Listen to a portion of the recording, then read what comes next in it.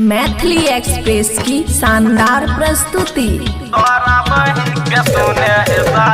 DJ Manish Raxaul.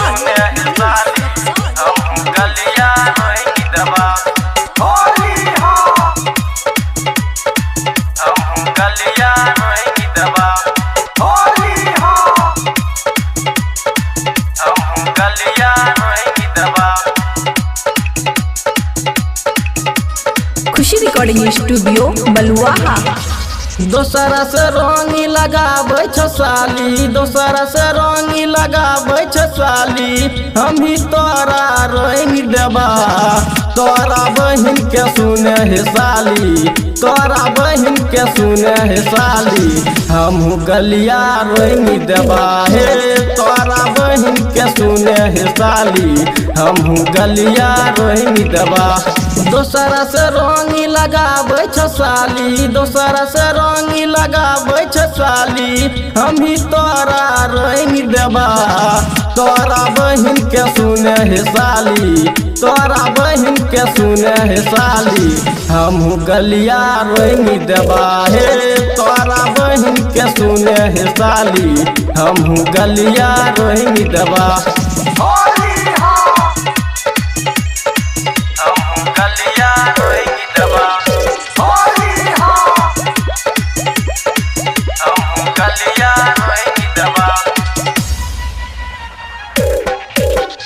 DJ Manish Raxaul.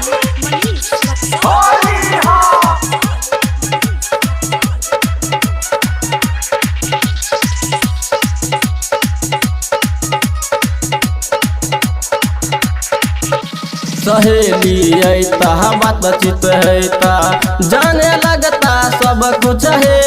भैया तोहर हमारा लाज से भाग्य लगता घर घर है।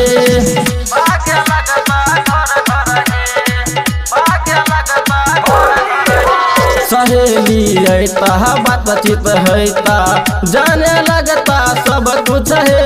भैया तोहर हमारा लाज से भाग्य लगता घर घर है। बात के मानो मन भाग, नहीं तो रंग लगाई देबा। तोरा भौजी के सुने हे साली, हमहू गलिया रंग देबा हे। तोरा बहिन के सुने हे साली, हमहू गलिया रंग देबा हे।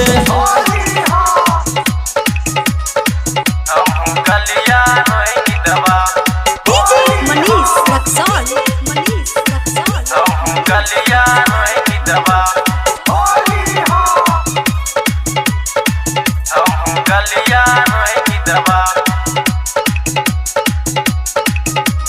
खुशी रिकॉर्डिंग स्टूडियो बलुआहा।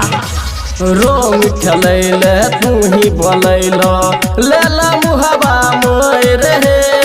तोरा भौजी के रोंग लगैबा, ऐते हमारा मजा है।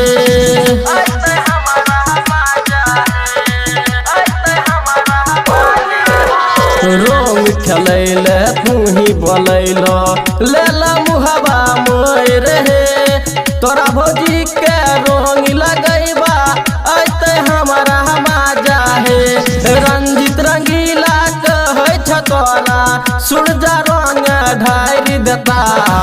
तोरा भौजी के सुने हे साली, हमहू गलिया रंग देबा हे। तोरा भौजी के सुने हे साली, हमहू गलिया रंग देबा।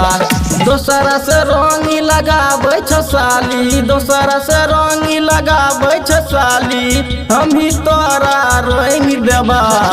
तोरा बहिन के सुने हे साली, तोरा बहिन के सुने हे साली, हमहू गलिया रंग देबा हे। तोरा बहिन के सुने हे साली, हमहू गलिया रंग देबा।